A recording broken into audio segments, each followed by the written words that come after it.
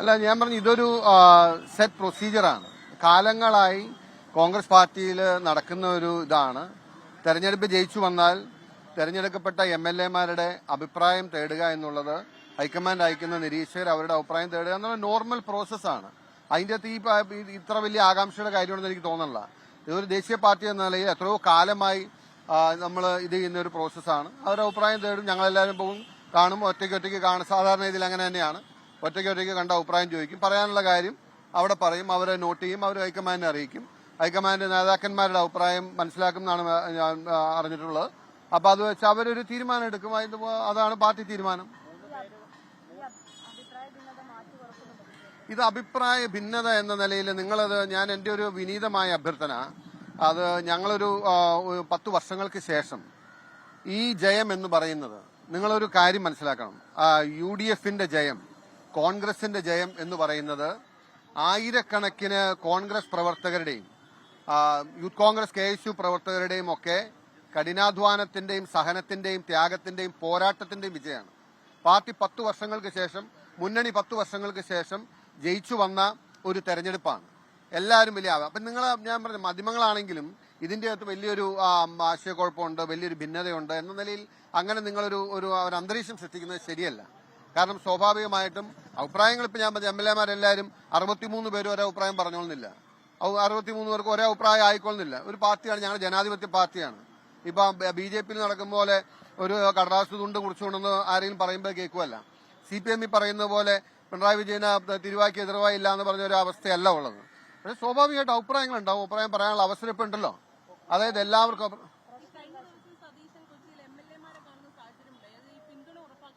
അല്ലെന്ന് ഞാനും സതീശേട്ടനെ കണ്ടു, ഞാനും നേതാക്കന്മാരെ കണ്ടു, ഞാൻ രമേശിയെ കണ്ടു, ഞാൻ KC വേണം, അതിന്റെ അർത്ഥം പിന്തുണ ഉറപ്പാക്കാനാണ്. അങ്ങനെയില്ല. ഞങ്ങളുടെ നേതാക്കന്മാരല്ലേ. ഞാൻ ഡൽഹി പോയി KC വേണോവാലിനെ കണ്ടത് വലിയ ഞങ്ങളുടെ പാർട്ടിക്ക് ഞങ്ങളുടെ നേതാക്കന്മാർ ഞങ്ങളുടെ MLA-മാർക്ക് കാണണ്ടേ?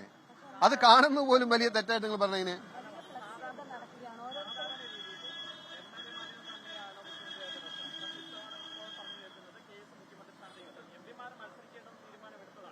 അല്ലെന്നേ ഞാൻ പറയുന്നത്, നിങ്ങൾ പറഞ്ഞ സാധാരണഗതിയിൽ നിന്നല്ല. സാധാരണഗതി ഒരു ഗതിയുള്ളൂ, പാർട്ടി തീരുമാനിക്കുന്ന ആൾ മുഖ്യമന്ത്രിയാണ്. അതാണ് സാധാരണഗതി. അല്ലാണ്ട് അതിൻ്റെ വേറെ യാതൊരു സാധാരണഗതിയില്ല. ഇത് ഞാൻ പറയട്ടെ, ഇത് ഒരു പാർട്ടിയുടെ ഒരു മാൻഡേറ്റ്, പാർട്ടിയുടെ ഒരു വിജയമല്ലേ? 10,000-കണക്കിന് പ്രവർത്തകരുടെ അധ്വാനത്തിന്റെ വിജയമല്ലേ? ഞാൻ പറയുന്നത് ഒരു ദിവസം കൊണ്ട് ഉണ്ടായി വന്നല്ല. ഇതേതെങ്കിലും ഒരു സുപ്രഭാതത്തിൽ ആരെങ്കിലും ഒരു മാജിക് സ്റ്റിക്ക് വീശി ഉണ്ടാക്കിയതല്ല. 10 വർഷത്തെ കഠിനാധ്വാനമാണ്. എത്രയോ ഞങ്ങളുടെ പ്രവർത്തകർ അടികൊണ്ട് ചോരയൊഴുകി, എത്രയോ ഞങ്ങളുടെ പ്രവർത്തകർ ജയിലിൽ പോയി.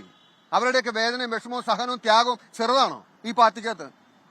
ഞാനൊക്കെ MLA കുപ്പായിട്ട് MLA ആയി ഇങ്ങനെ നിൽക്കുകയാണ്. 1000-കണക്കിന് 10,000-കണക്കിന് ഈ പാർട്ടി കൊണ്ട് ഒന്നും കിട്ടാത്ത പ്രവർത്തകരുടെ അധ്വാനവും വേർപ്പും ചോരയുണ്ട് ഇതിൻ്റെ അകത്ത്. അവരെ സംരക്ഷിക്കുന്ന പാർട്ടിയാണിത്. അതുകൊണ്ട് ഞാൻ പറയുന്നു, ദയവ് ചെയ്ത് നിങ്ങൾ കോൺഗ്രസിനെ പ്രതിസന്ധിയിലാക്കരുത്. ഈ പാർട്ടിക്ക് ഒരു ദേശീയ പാർട്ടിയാണ്.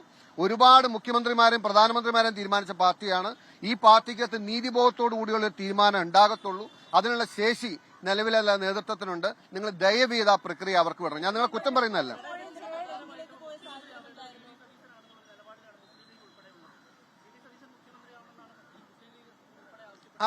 അവരെ എനിക്കറിയില്ല എവിടെയാ ഞാൻ ചോദിക്കട്ടെ. അത് മുസ്ലിം ലീഗൊക്കെ ഞാൻ പറയണേ, മുസ്ലിം ലീഗ് എന്ന് പറഞ്ഞാൽ UDFന്റെ നട്ടെല്ലാണ്. എപ്പോഴൊക്കെ UDFനോ അല്ലെങ്കിൽ ഈവൻ കോൺഗ്രസിനോ പ്രതിസന്ധി ഉണ്ടായിട്ടുണ്ട്, അപ്പോഴൊക്കെ ആ UDFന്റെ കെട്ടുറപ്പിന് വേണ്ടി മുന്നിട്ടിറങ്ങി പ്രവർത്തിച്ചിട്ടുള്ളതാണ്. മുസ്ലിം ലീഗിന് എപ്പോഴൊക്കെ മുസ്ലിം ലീഗിനെ ഈ തെരുവിൽ ആക്രമിക്കപ്പെട്ടിട്ടുണ്ടോ അല്ലെങ്കിൽ മുസ്ലിം ലീഗിനെതിരെ രാഷ്ട്രീയ ആക്രമണം ഉണ്ടായിട്ടുണ്ടോ, അപ്പോഴൊക്കെ മുസ്ലിം ലീഗിന്റെ നേതാക്കന്മാർക്കും പ്രതിരോധം തീർത്ത പാർട്ടിയാണ് കോൺഗ്രസ്. രണ്ടുപേരും സഹോദരങ്ങളെ പോലെ അത്ര ഐക്യത്തിലും ഇഴയടുപ്പത്തിലും പോകുന്ന പാർട്ടിയാണ്.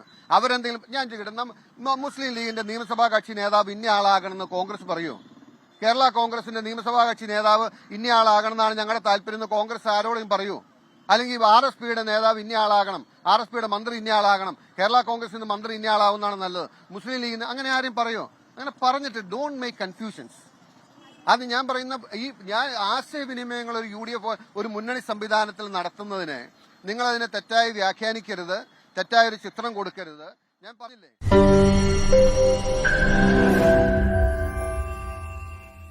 ലോകത്തെവിടെയായാലും ഏത് സമയത്തും 24 വാർത്തകളും ഓഗ്മെന്റഡ് റിയാലിറ്റി പാക്കേജുകളും എക്സ്പ്ലെയിനറുകളും വിശദമായി കാണാൻ ഞങ്ങളുടെ യൂട്യൂബ് ചാനൽ നിങ്ങൾക്ക് സബ്സ്ക്രൈബ് ചെയ്യാം.